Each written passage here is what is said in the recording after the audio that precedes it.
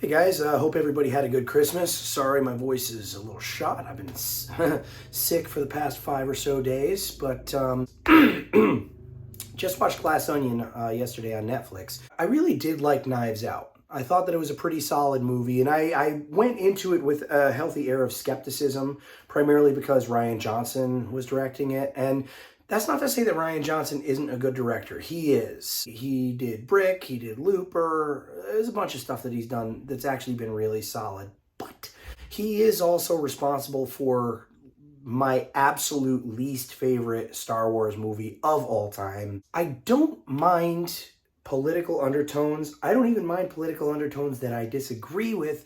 It's really about how they're executed. And in Glass Onion, they are executed the same way they were in Knives Out quite well. A lot of it was played for humor that actually worked. The characters are great representations of, who they're kind of poking fun at. Dave Bautista kind of plays like, I think he was kind of poking fun at Joe Rogan and maybe like the Liver King a little bit. The Edward Norton character was totally ragging on Elon Musk.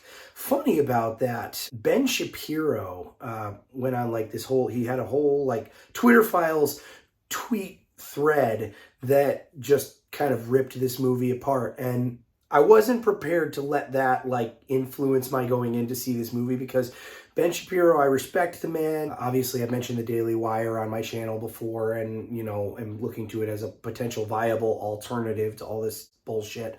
But anyways, I enjoy watching his reviews because I truthfully never know what the hell the man's gonna say. Yes, the Edward Norton character ragged on Elon Musk the way Ben Shapiro said, but not like that bad. You know what I'm saying? I mean, it was the way you properly poke fun at somebody if you're making a movie. I will say that where his point becomes valid, though, is the whole, and I don't want to get too much into it because I'm not going to have spoilers in this video, but when you use twins as a plot point in a movie, it is kind of a cheap way out. The way he wrote about it, though, he made it sound more like that was the big twist at the end. The whole twin aspect, I'm not saying who's a twin of whom, whatever, that happens really more towards the center of the movie, which is fine because it kind of goes back and shows you things that are happening from a different angle that you didn't see before,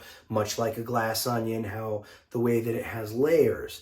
The problem is, to me, around that point, around the midway point, the killer became kind of obvious, which does kind of detract from the whole Glass Onion concept of the thing, where it's it's hiding in plain sight, but you didn't see it. It's well, it was hiding in plain sight and I did see it. So the movie comes off as though it's trying to be more intelligent than it actually is. That's not to say that it's bad. The first act, I would say, of the movie is really beautiful. Okay, it's stunningly beautiful on this island. The setup for everything, even the weird little Da Vinci Code decoder boxes that everybody has to go through just to get to the island, while simultaneously introducing us to all these characters without really any exposition. When they're all on the phone together trying to figure out these boxes, we know exactly who we're dealing with. We know who's who. It was just a really great, very intriguing, very entertaining setup to the movie. Then in that second act, when you're going back, and I'm not shitting on the second act, okay? I mean, because again, the twin aspect of it, I don't think that it's as bad as Ben Shapiro said. I actually think that it was kind of cool adding that other layer, going back and realizing what was happening between the lines the whole time. The biggest thing to me was the fact that again, the killer around that point became kind of obvious. Well, the ending of the movie is still satisfying. I mean, you find out the killer and it's kind of I kind of figured.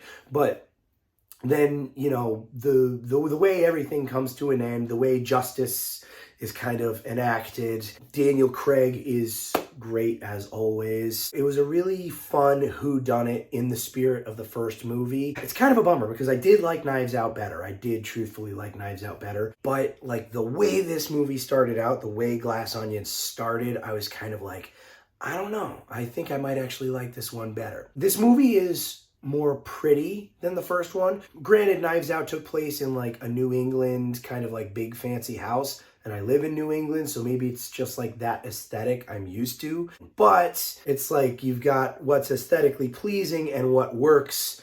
And in that regard, I do think that Knives Out was the superior film. That being said, I definitely still liked Glass Onion. If you did enjoy Knives Out, I think that you will probably enjoy this one as well. It's not the woke disaster that I think Ben Shapiro painted it out to be. It's not as good as the first one, but it is a fun whodunit. It is very creative.